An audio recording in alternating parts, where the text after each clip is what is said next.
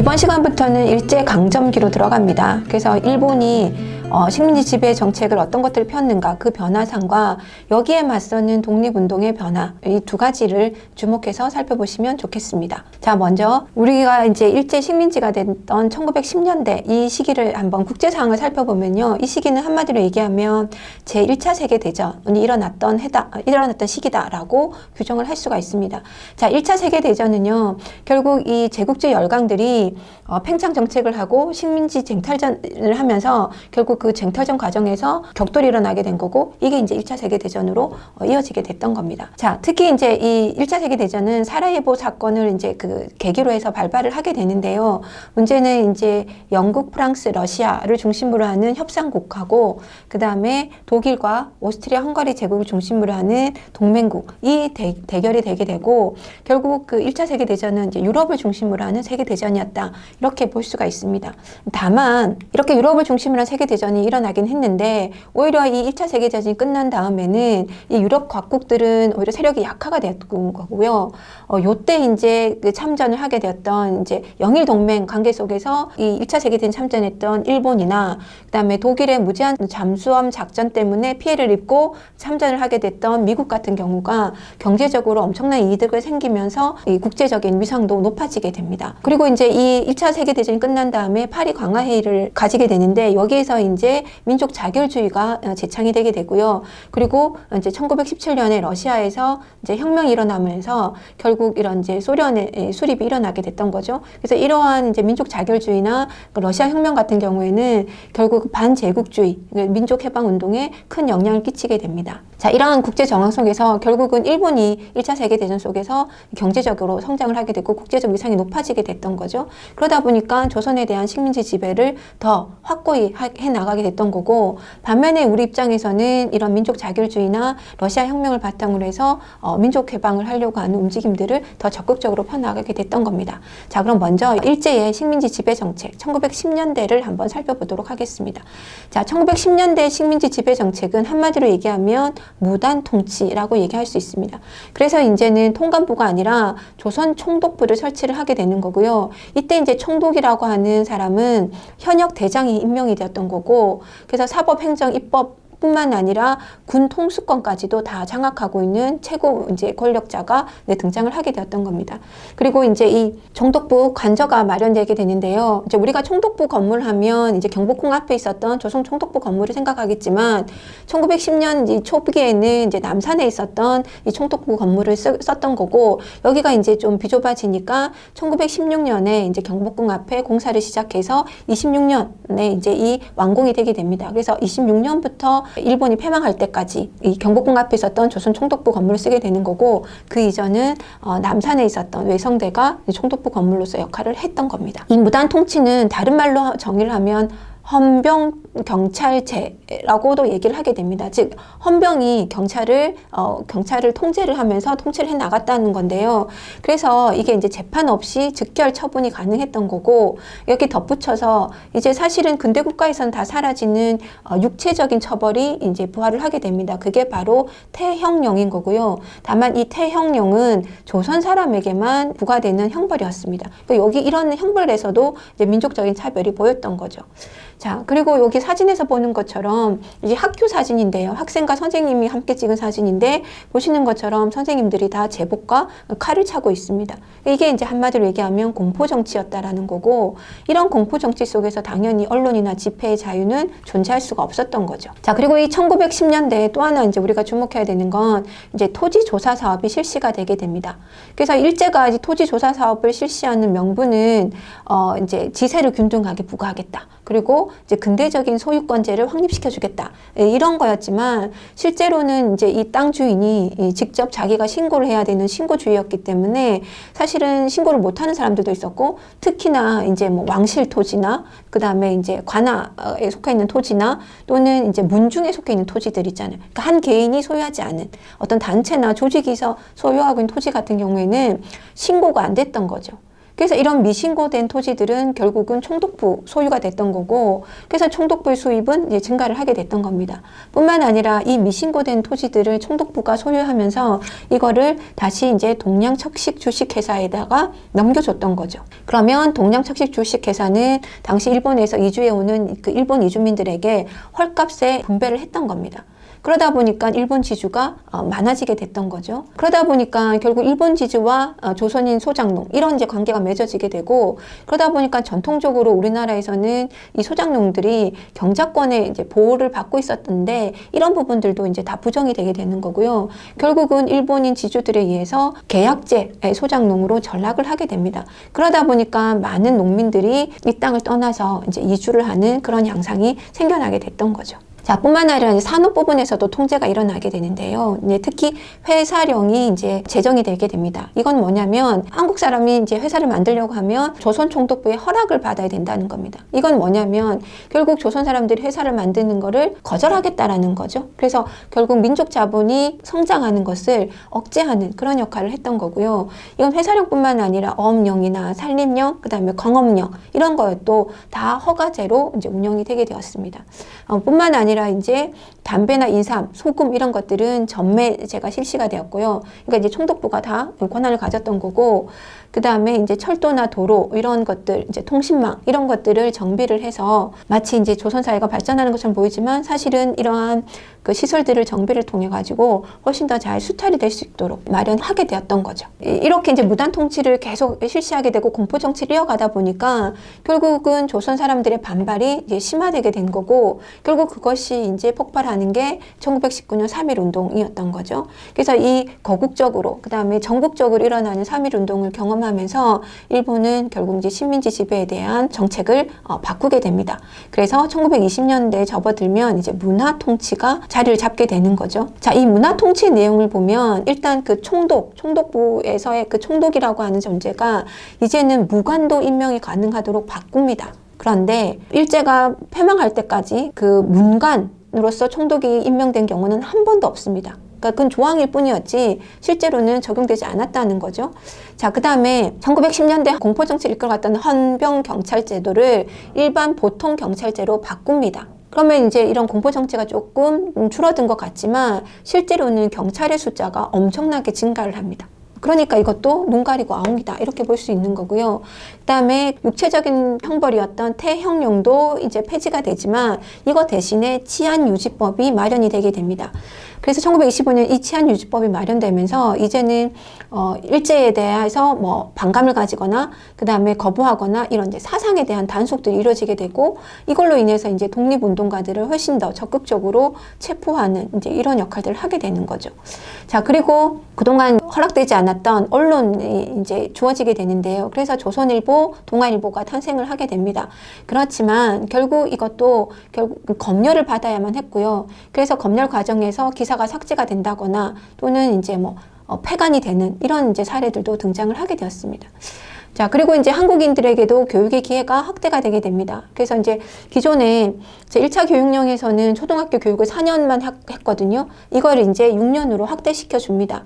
그렇지만 여전히 초등교육과 실업교육에 국한되어 있었기 때문에 결국 이제 고등교육이란 부분에서는 적극성을 보여주지 않았다 이렇게 볼 수가 있는 거고요. 그 다음에 이제 조선인들에게 참정권을 주기는 하는데 대신에 의결권은 주지 않았습니다. 그러니까 반쪽짜리 참정권에 불과했던 거죠. 그래서 결국 이러한 이제 문화 통치라고 하는 것은 한마디로 얘기하면 일제 정책에 동조하는 친일파를 육성을 해서 결국은 이제 민족을 분열시키려고 하는 정책이었다 이렇게 볼 수가 있습니다. 자, 그리고 경제적으로 보면요, 1920년에 이제 산미 증시 계획이 실시가 되게 됩니다. 말 그대로 쌀 생산을 증가시킨다라는 거죠.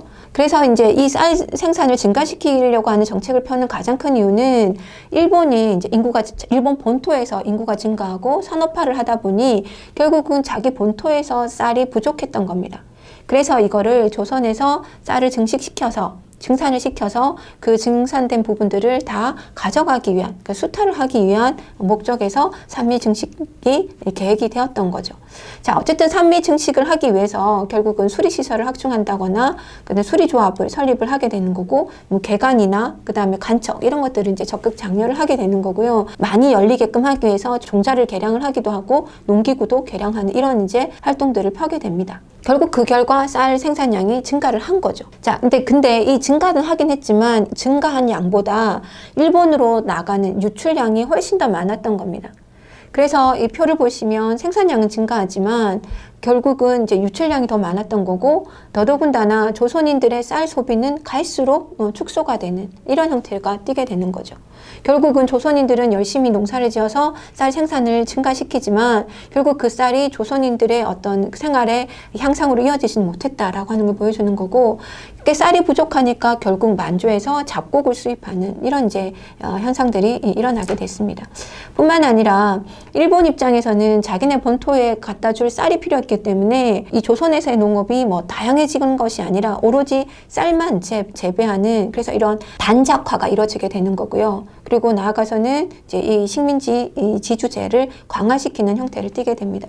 그러다 보니까 결국은 농민들이 이제 수리조합 반대 운동들을 한다거나, 그다음 소작에 이제 반기를 드는 소작쟁이 운동을 한다거나, 심지어는 이 땅을 떠나서 만주로 이동하는 이러한 이제 양상들이 일어나게 됐던 거죠. 자, 그리고 나머지 또 다른 산업적인 부분들을 보면 회사를 차리려면 총독부의 허가를 받아야 됐던 회사령은 폐지가 되고요. 이제는 신고제로 바뀌게 됩니다. 이제 내가 회사를 차리겠습니다라고 총독부에 신고만 하면 이제 회사를 만들 수가 있다는 거죠. 그러니까 회사 만들기가 훨씬 쉬워진 겁니다. 여기에 더 나아가서 이제 관세도 폐지가 되게 됩니다. 자, 이러한 이유는 결국은 이제 1920년대 들어와서 일본인들의 이제 조선으로의 이주라든지 그다음에 일본 기업의 조선으로의 투자 이런 것들이 이제 활발하게 이루어질 수 있었던 거죠. 그래서 그러한 물꼬를 터지기 위해서 회사는 신고만 하면 되는 거고, 그다음에 관세도 폐지를 시켰던 겁니다. 그래서 결국 일본의 상품이 대량으로 조선으로 들어오게 되는 거고, 결국 이것 때문에 결국 이제 조선 물산 장려 운동이 일어나게 되는 거죠. 우리 물건을 우리 스스로 쓰자라고 하는 운동이 일어날 지경에까지 이르게 됐던 겁니다. 자, 그리고 신은행령도 발표가 되게 되는 거고요. 그래서 이제는 일본의 거대 자본이 조선에 진출할 수 있는 발판들이 1920년대에 마련이 됐다. 이렇게 정리를 할 수가 있겠습니다. 1930, 40년대 일제 식민 지배 정책을 한번 살펴보겠습니다. 자, 여기 이제 앞서서 당시 이제 국제적인 상황을 잠깐 살펴보면요. 이제 그 1차 세계대전 이후에 이제 막 대량 생산을 계속 해나가다가 결국은 생산과 소비 사이에 불균형이 발생을 하게 된 겁니다. 이게 이제 전 세계적으로 일어나게 됐던 거고, 결국 이제 미국에서 1929년에 대공황이 발발을 하게 된 거죠. 자, 그러니까 흔히 말하는 자본주의의 큰 위기가 세계적으로 이제 도래를 한 거죠. 그러면 이러한 위기들을 어떻게 극복할 것이냐라고 하는 과제가 제시가 되었던 거고, 예컨대 이제 영국이나 프랑스 같이 넓은 식민지를 갖고 있었던 나라들은 오히려 그 자기네들이 소유하고 있었던 식민지하고 관계를 더 강화시켜 나가면서 보호무역 체제를 통해서 자기네들의 산업을 보호하는 형태로 이제 이걸 극복해 나가고 있었던 거고요. 미국 같은 경우에도 이 남미 지역, 중남미 지역과 이제 블록을 형성해서 하나의 경제권을 형성하고, 그리고 나아가서는 뭐 뉴딜 정책을 편다든가 또는 기업들의 경제 활동들을 규제를 하는, 사실은 자본주의에서는 기업 활동을 규제하면 안 되지만 이런 이제 비상사태 속에서는 일정 정도 이제 자본주의를 수정해 가면서 결국 이러한 대공황의 위기를 극복하는 이 탈출구들을 찾고 있었습니다. 그런데 이제 문제는 독일이나 일본 같이 식민지가 작은 경우에 이러한 나라들은 훨씬 더 이 대공황의 위기가 크게 다가왔던 거죠.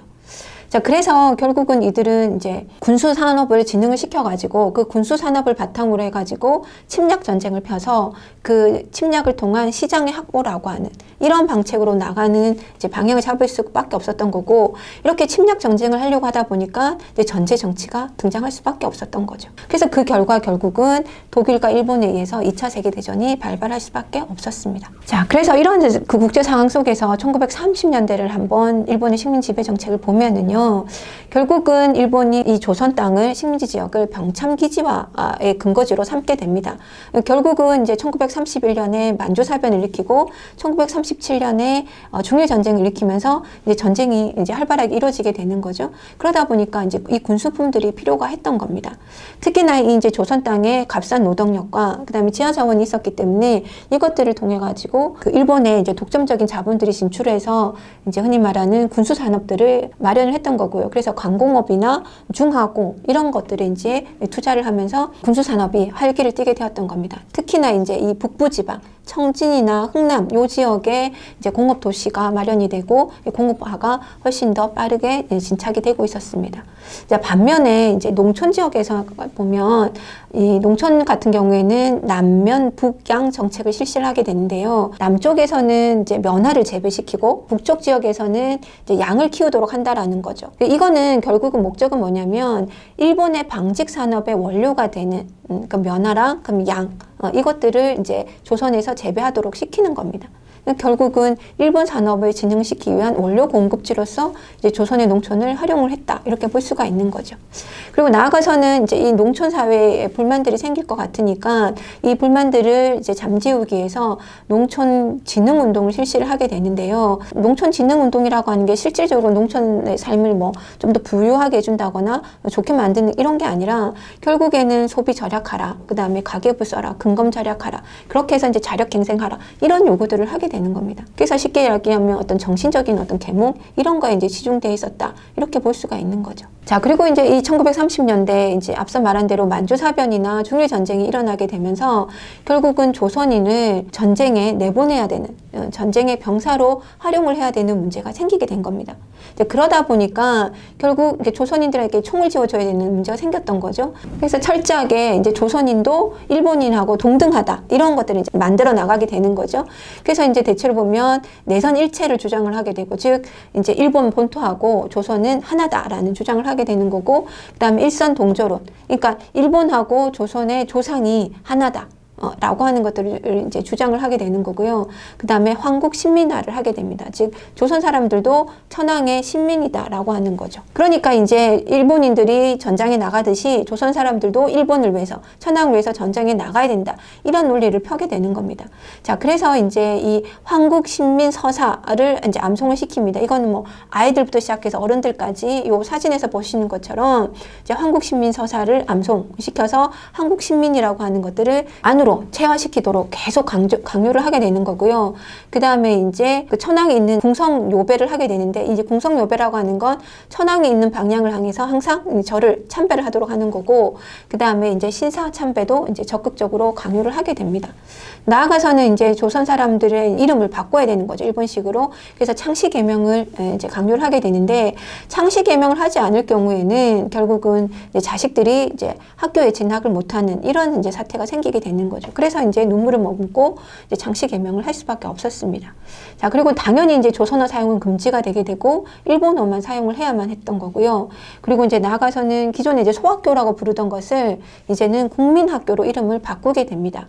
이제 여기서 말하는 국민학교라고 하는 건 황국 신민의 줄임말인 거죠. 그래서 이제 철저하게 이 어린애들부터 한국 시민으로서 교육을 해야 된다라고 하는 것이 이제 이 학교 이름에서도 우리가 확인을 해볼 수가 있습니다. 자, 그리고 나아가서는 조선 사상범 보호 관찰령 제정이 되고요. 이거는 이제 흔히 말해서 이제 사상범, 그러니까 흔히 말하는 독립운동가들인 거죠. 일본의 반기를 드는 이제 이런 사람들을 이제 보호 관찰할 수 있는 그런 법령들이 마련이 되는 거고, 그래서 독립운동가들을 철저하게 이제 추적을 하게끔 하는 거고요. 나아가서는 이제 41년에 가면 조선 사상범 예방 구금령이 내려집니다. 이건 뭐냐면 이미 독립운동가들이 형기를 살고 나왔단 말이에요. 그런 나왔음에도 불구하고 이들이 또 사상범으로서 이제 뭐 문제가 되는 사람이다 생각이 되면 또다시 구금을 할 수 있는 이런 이제 법령들을 마련했던 겁니다. 그래서 이제 철저하게 독립운동가들이 이제 활동을 하지 못하도록 했던 거죠. 자, 그리고 결국 이제 또 이제 40년대 이제 이렇게 이제 전쟁을 해야 되니까 결국은 이제 제일 중요한 거는 이 사람의 동원, 인적 동원, 그 다음에 물자의 동원, 이게 이제 필요했던 거죠. 그래서 1938년에 가면 국가총동원법을 제정을 하게 됩니다. 그러면서 이제 인력이나 물자를 이제 마음대로 그다음에 강제적으로 이제 수탈을 하게끔 되는 거죠. 자, 물자 수탈이라고 하는 측면을 살펴보면은요, 기본적으로 필요한 쌀을 이제 가져가게 되는데 집집마다 쌀을 가져갈 수 있는 양을 정해두는 겁니다. 그만큼은 이제 꼭 일본에다가 바쳐야 되는 거죠. 이게 이제 미국 공출제인 거고요. 그러다 보니까 이제 식량이 부족할 거 아니에요. 그래서 식량을 이제 배급제로 얼마당 할당을 하게 되는 겁니다. 그리고 무기를 만들기 위해서 금속이 필요하다 보니까 뭐 이제 사찰이나 그다음에 뭐 교회에 있는 종 이런 것들은 기본적으로 다 이제 공출을 해가는 거고요. 뿐만 아니라 각각 집안에 있는 뭐 노색 그릇이나 그다음 숟가락들까지도 공출해가는 이러한 이제 물적인 수탈이 일어나게 됩니다. 자, 그리고 이제 인적 수탈 같은 경우에는 결국은 병사로서 그래서 전쟁터에 그 병력으로서 동원을 해야 되는 거죠. 자, 그래서 1938년에 지원병 제도를 실시를 하게 되는 거고요. 그다음 여기서 이제 더 나아가서 43년에 가면 학도 지원병제, 이제 학생들까지도 이제 동원을 한다는 겁니다. 그리고 이제 44년에 가면 징병제. 그래서 이제 젊은 남자들은 다 동원하는 이런 이제 체제로 해서 거의 40만 명 가까운 조선 사람들이 이제 그 징병제에 의해서 끌려갔다라고 합니다. 자, 그리고 나아가서는 44년에는 징용령도 내리게 됩니다. 그래서 이제 조선 사람들을 광산이나 뭐 이런 데에다가 이제 강제로 노동을 시키게 되는 거죠.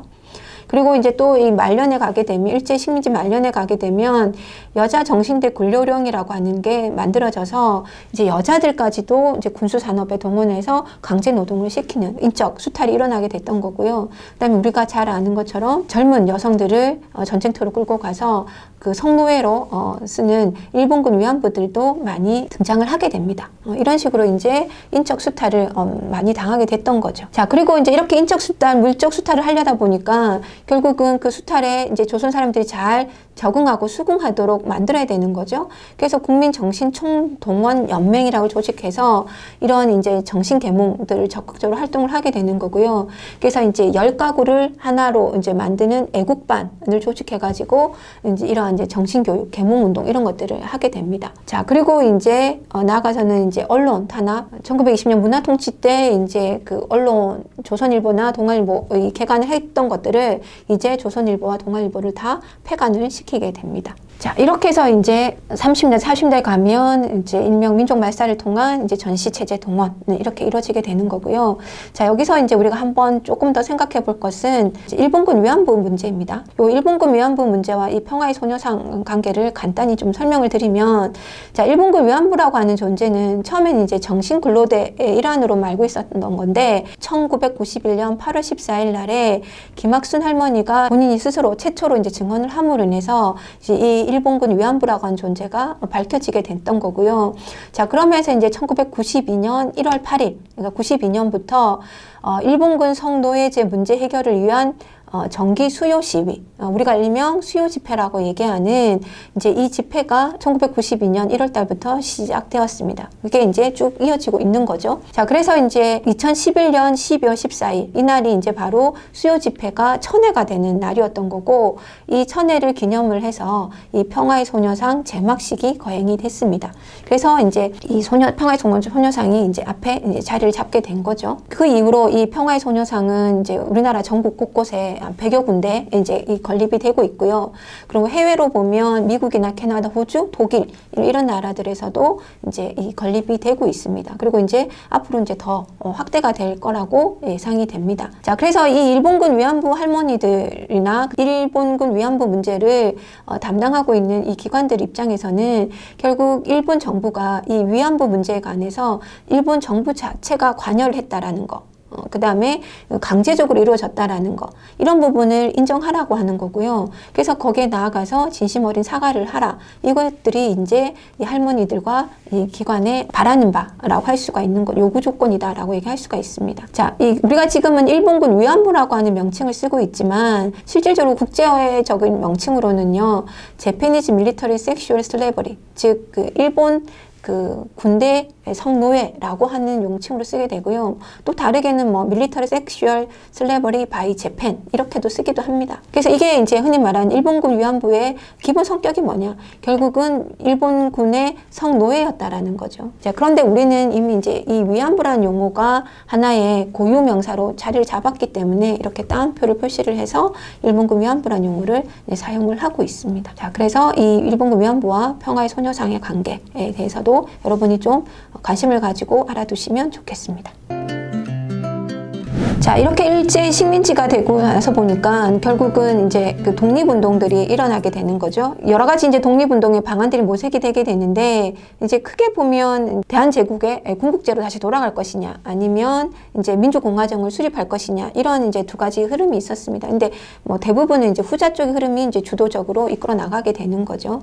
자, 1910년대 국내외적으로 독립운동이 어떻게 진행되었나를 한번 살펴보면은요, 일단 이 1910년대에는 일제가 무단 통치를 하고 있었던 거고, 나아가서는 이제 105인 사건 이후로 이 신민회가 완전히 와해가 되게 됩니다. 그러다 보니까 사실은 국내에서 독립운동을 활발하게 편다? 이건 거의 불가능에 가까웠습니다. 그러다 보니까 결국은 비밀 결사 활동이 중심을 이룰 수밖에 없었던 거죠. 자, 그 대표적인 게 일명 이제 독립의군부입니다. 이 독립의군부 같은 경우에는 의병장 출신이었던 임병찬이 주도를 해 나가는데요.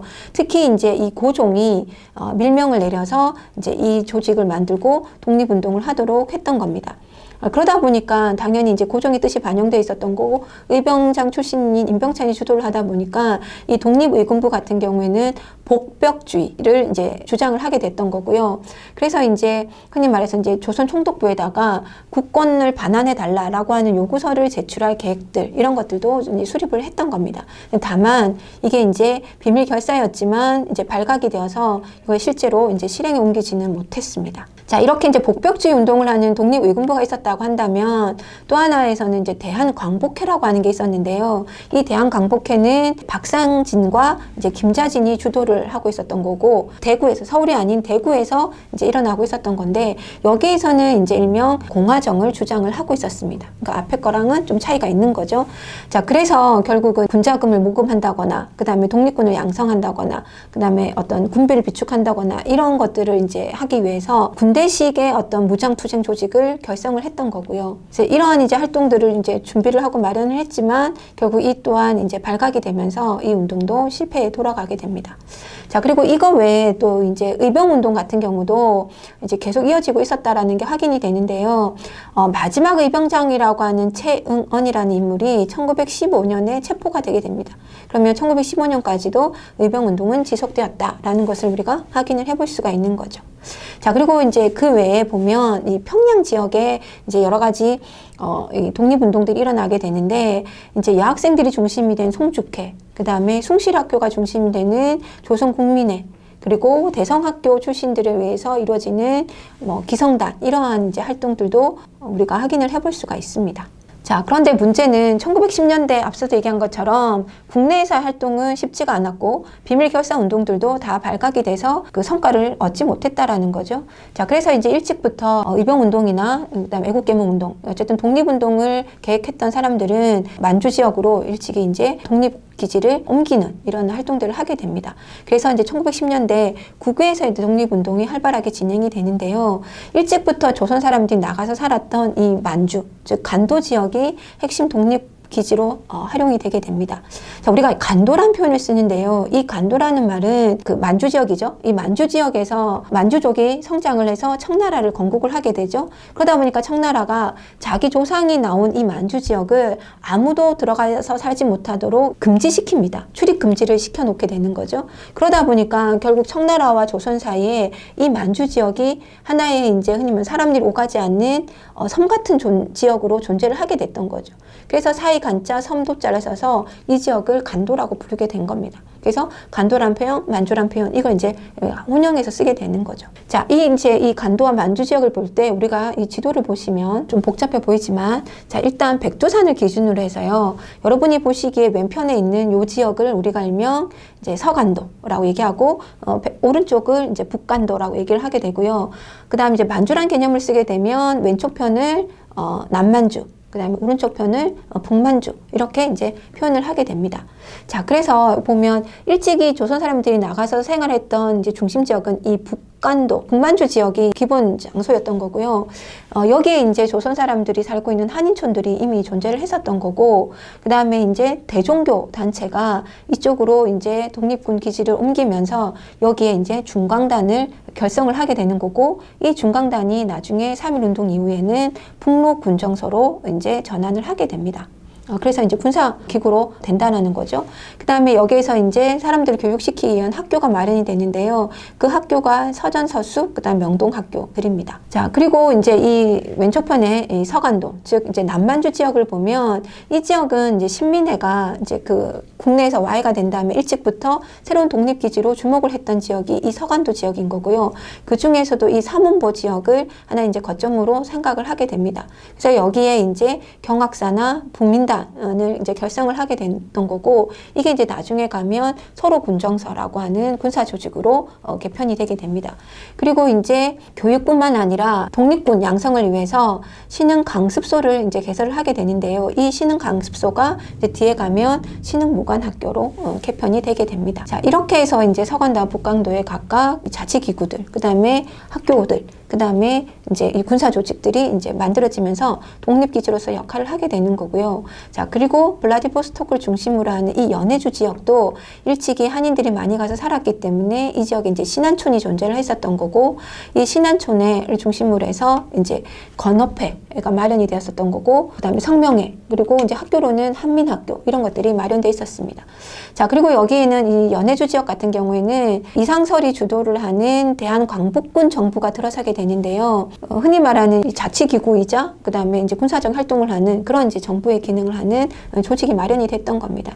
이게 이제 3.1운동 이후에는 대한국민의회로 이제 개편이 되게 됩니다. 자, 이상설 같은 경우에는요, 이분은 사실 이제 서전서수가 흔히 말하는 북간도에 있었던 학교이죠. 서전서수의 창립이나 여기도 관여를 하셨던 분이에요. 그래서 거기서 활동을 하시다가 이제 헤이그 밀사 특사로 이제 파견이 되었다가 다시 이제 돌아오면서 이제 이 연해주 지역에 와서 이제 대한광복군을 마련했던 거죠. 그래서 이 이상설이란 분은 사실은 북간도와 그 다음에 이 연해주 이 두 지역에 다 겹치는 인물이다, 이렇게 볼 수가 있습니다. 자, 그래서 여러분들이 이 지도를 통해서 각 지역에 있었던 자치기관, 그 다음에 학교 이런 것들을 잘 정리를 하시면 좋겠습니다. 자, 그리고 이제 이 중국 관내, 중국 관내에서도 이제 독립운동들이 이루어지게 되는데요. 그 대표적인 인물이 신규식이었던 거고, 상하이를 중심으로 해서 이제 활동을 하게 되고, 그 다음에 여기에서 이제 동제사라고 하는 거를 조직을 하게 됩니다. 그리고 이제 동제사를 중심으로 해서 여기에 젊은 청년들이 모여서 이제 신안 청년단을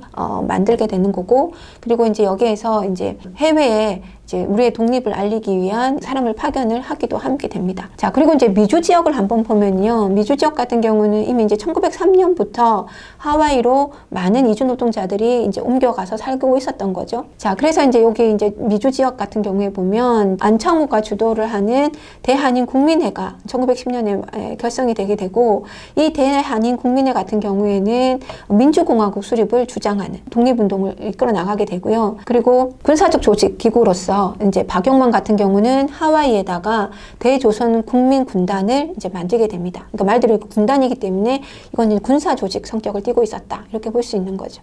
자, 그리고 미국뿐만 아니라 밑으로 내려가서 멕시코 지역에 가면 이 멕시코로 이주했던 이주민들이 숙무학교를 만들게 되는데요. 이 숙무학교라고 하는 것 자체가 독립군을 양성하기 위한 학교였습니다. 그래서 요 미주 지역에서도 이렇게 활발하게 독립운동이 일어나고 있었던 거고, 이렇게 이제 해외에 많은 독립운동 기관들과 기구들이 마련이 되다 보니까 결국은 이제 이 그 해외 독립운동가들이 모여서 이걸 하나로 만들자, 단결시키자라고 하는 움직임을 하게 됩니다. 그게 바로 1917년에 대동단결 선언입니다. 그래서 이 대동단결 선언에서는 주권 제민, 주권은 국민에게 있고, 그 다음에 공화주의라고 하는 정치 형태를 이제 주장을 하게 되는 거죠.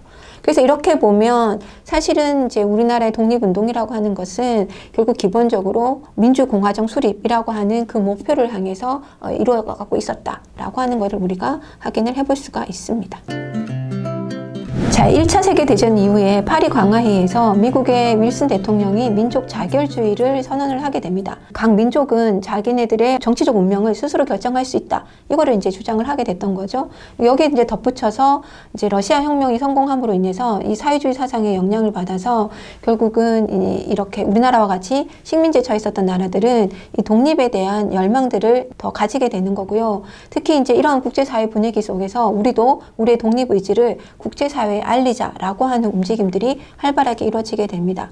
그 대표적으로 1919년에 중국 관내에서 활동했던 신한청년단에서 김규식이 대표로 파리 광화회의에 파견을 해서 결국은 이제 우리의 독립 의지를 이제 국제사회에 알리는 역할을 하게 됐던 거고요. 그리고 이제 1919년 2월 8일 날 도쿄에서는 유학생들을 중심으로 해서 28 독립선언이 이루어지게 됩니다. 이러한 분위기 속에서 국내에서도 당연히 독립운동 분위기가 조성이 되게 됐던 거죠.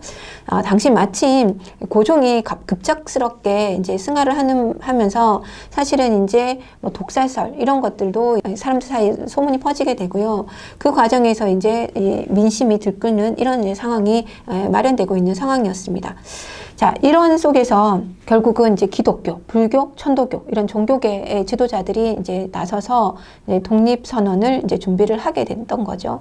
자, 그래서 이제 1919년 3월 1일 날 이 민족 대표 33인들이 탑골 공원에서 독립선언서를 낭독을 하기로 했습니다. 그런데 이게 이제 사람들이 너무 많이 운집을 하다 보니까 혹시나 불의의 사고가 생길까 싶어서 결국은 이 민족 대표 33인은 그 옆에 있었던 이제 요리집인 태화관에서 이 독립선언서를 낭독하고 만세 삼창하는 걸로 이제 마무리를 하게 되는 거고요. 반면에 이 탑골 공원에 모여 있었던 학생들과 시민들은 결국 이제 본인들이 스스로 나서서 독립선언을 하게 되고 그다음에 거리로 나가서 이제 만세 시위를 펼치게 됐던 겁니다.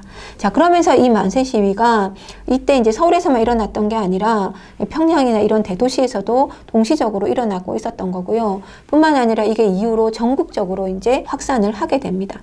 그래서 이제 거족적으로 이제 만세운동이 일어나게 됐던 거죠. 자, 거기다가 이제 만세운동이 계속 전국적으로 확대가 되면서 결국 이제 농촌으로도까지 이제 확산이 되게 되는데 농촌 지역 같은 경우에는 이 장터를 중심으로 해서 사람들이 모이게 되고 그 장터에서 이제 만세운동이 일어나고 있었습니다.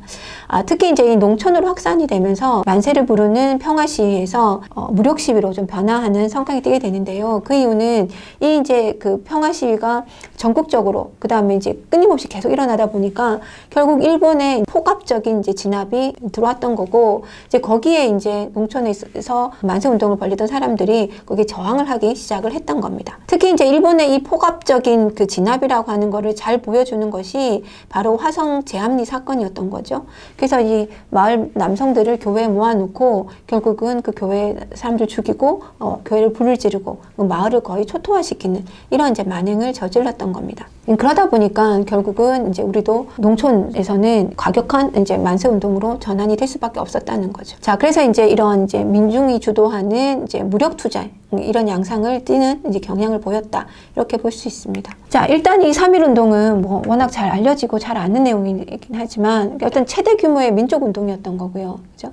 그 다음에 근대 국가 수립의 어떤 그 결실로 이뤄지게 됩니다. 이제 이게 이제 뒤에 가면 이제 대한민국 임시정부를 수립하는 원동력이 됐던 거죠. 그 다음에 이제 우리가 뒤에 보면 결국 이제 독립운동을 하거나 민족운동을 하시는 분들을 보면 다 그들의 양력에 3.1운동에 참가했던 이런 부분들이 다 자리를 잡고 있습니다. 그래서 그 말은 결국 이 3.1운동이 이후에 벌어지는 다양한 민족운동의 어떤 토대가 되었다. 이렇게 볼 수가 있는 거고요. 결국 이러한 이제 뭐 전국적으로 대규모 민족운동이 일어나다 보니 일본에서의 어떤 그 통치 정책도 결국은 1910년대 무단 통치에서 1920년대 문화 통치로 바뀌는 그 계기가 되기도 했습니다. 우리가 이제 3.1 운동하면 이제 원천 많은 분들이 독립운동에 참여를 하셔서 이제 독립운동가, 뭐 민족대표 33인 비롯한 많은 독립운동가들을 얘기를 하게 되는데, 최근에 들어서 이제 우리가 독립운동가들을 이제 다시 찾는 이런 운동들도 활발하게 이루어지고 있고, 그 과정에서 여성 독립운동가들에 대해서도 주목하는 움직임이 일어나고 있습니다. 그래서 여기 이제 3.1 운동에 참여했던 여성들을 몇 분을 소개를 할까 합니다. 우리가 제일 잘 아는 대표적인 3.1운동을 참여했던 여성 독립운동가 하면 유관순을 꼽을 수 있는 거죠. 그래서 이 유관순 같은 경우에는 이화여고에 재학 중이었던 고등학생이었던 거고요. 그래서 자기 이제 고향으로 내려가서 천안에서 그 이제 독립운동을 주도적으로 이끌어갔던 인물입니다. 뿐만 아니라 이제 영화 황거 같은 데서도 보여지지만 결국 감옥에 수감된 이후에도 그 감옥에서도 이제 독립운동을 계속 진행해 나갔던 그런 점들을 이제 높이 평가를 할 수가 있습니다. 자, 그리고 그 옆에 계신 분이 이제 한이순이라는 분인데요. 이분은 사실은 그 당시 3.1운동 일어났을 때 13살이었다고 합니다. 그리고 이 13살의 이제 친구들과 함께 만세운동에 참가를 했던 거고, 이때 이제 일제 잡혀가지고 감옥에서 이제 생활을 하게 됐던 거죠. 그래서 최연소 구금되었던 인물이다, 이렇게 볼 수가 있습니다. 자, 그리고 이제 김마리아와 항에스터 이 두 분은 이제 그 일본 유학생이었는데요. 3.1운동에 앞서서 그 일본 유학생들이 28 독립선언을 하게 되잖아요. 근데 이 28 독립선언을 하면서 사실은 여성 유학생들은 빠져 있었다라는 거죠. 그래서 이제 이 두 분이 아예 귀국을 해서 이제 3.1운동을 적극적으로 참여를 했다라고 합니다. 자, 그리고 이제 밑에 이제 권교옥이라는 분은 이 복장에서 보시는 것처럼 3.1운동에 참여를 하게 되고, 나중에 가면 최초 여성 비행사로서 이제 독립운동을 적극적으로 펼쳐나가게 됩니다. 그 다음에 이 안경신 같은 분도 이제 이 당시 이제 3.1운동, 만세운동에 참여를 했다가 그 이후에 이제 임시정부나 이런 데서 적극적으로 독립운동에 참여하는 그런 활동을 펴게 되는 거고요.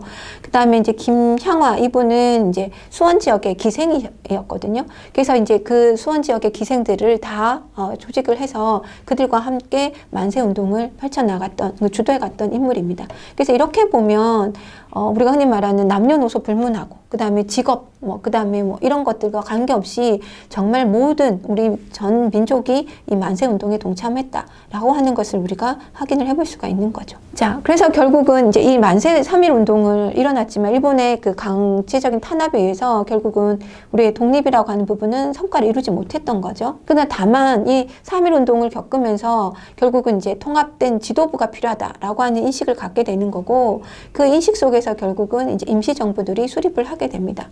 자, 그래서 연해주의 대한국민의회, 그 다음에 한성의 한성정부, 그 다음에 상하이의 이제 상하이 임시정부, 이렇게 이제 조직이 되어 있었던 거죠. 그래서 이렇게 세 개 조직되어 있던 것이 결국에는 상하이를 중심으로 해서, 상하이 임시정부를 중심으로 해서 대한민국 임시정부가 수립을 하게 됩니다. 자, 상하이를 중심으로 이렇게 결집했던 가장 큰 이유는 결국은 국제사회에 호소를 하겠다라고 하는 이 외교론이 이제 주류를 이루었기 때문인 거죠. 자, 그래서 이 대한민국 임시정부를 수립을 하면서 결국은 우리는 어떤 나라를 세울 것이냐, 독립 이후에. 그래서 그때는 민주공화제를 실시할 것이다 라고 하는 부분을 천명을 하게 되는 거고요. 그 다음에 상권 분리, 그죠? 입법, 사법, 행정의 분리를 이제 확고히 하게 됩니다. 그래서 비록 임시정부이긴 하지만 삼권이 분리된 형태로 운영이 되고 있었다라고 할 수 있습니다. 자, 그리고 이제 임시정부가 상하이에 있다 보니까 결국 국내와의 이제 연결이 필요했던 거죠. 그래서 이제 이 정보를 전달하고 국내의 이제 비밀 행정 조직과의 연결을 위해서 연통부가 두어져 있었던 거고요. 그 다음에 이제 독립운동을 하려면 이제 자금이 필요하잖아요. 그죠? 그래서 이 자금을 모집하는 교통국, 이런 이제 기구들을 중심으로 해서 대한민국 임시정부가 이제 운영이 되고 있었습니다. 그래서 앞서 말한 것대로 이 상하이를 중심으로 해서, 상하이에 이제 외국 주재관들이 워낙 많았기 때문에 여기를 중심으로 해서 이제 외교 활동에 주력을 하고 있었습니다. 자, 그런데 문제는 이러한 이제 외교 중심의 활동에, 임시정부 활동에 대한 비판이 이제 제기가 되게 됩니다. 이제 대표적인 사람이 신채호, 이동희, 이런 분들이었던 거고요. 그래서 결국은 이 상해 임시정부의, 그러니까 대한민국 임시정부의 그 외교 중심 정책을 놓고 여기에 대한 이제 비판이 제기되면서 결국은 이제 상해 임시정부, 대한민국 임시정부를 아예 해체를 시키자. 다시 새롭게 만들자라고 하는 창조파하고, 아니다, 문제가 되는 부분만 이제 살짝 바꾸자라고 하는 안창호를 중심으로 하는 개조파, 이렇게 나누게 되게 됩니다. 그래서 신채호나 이동희 같은 분들은 새롭게 만들자라고 하는 주장을 했던 거고, 안창호와 같은 사람들은 이제 개조파로서 이제 이거 수정, 보완하자라고 하는 주장을 하게 되는 겁니다. 자, 그래서 이제 어떻게 이제 할 것이냐를 놓고 1923년 1월 달부터 5개월 동안 이제 국민대표회의를 이제 개최를 하게 되는데, 이 의견들을 일들이 사실은 잘 조율이 되지 않았다는 거죠. 그래서 결국은 이 국민대표회의는 결렬을 하게 되는 거고, 이제 이 와중에 결국은 당시 초대 대통령이었던 임정의 초대 대통령 이승만이 유엔에다가 우리의 이제 그 위임 통치를 천명에 부탁했던 이런 상황들이 밝혀지게 되면서 결국 대통령 이승만을 몰아내고 결국은 이제 2대 대통령으로서 박은식을 이제 다시 선출을 하게 됩니다.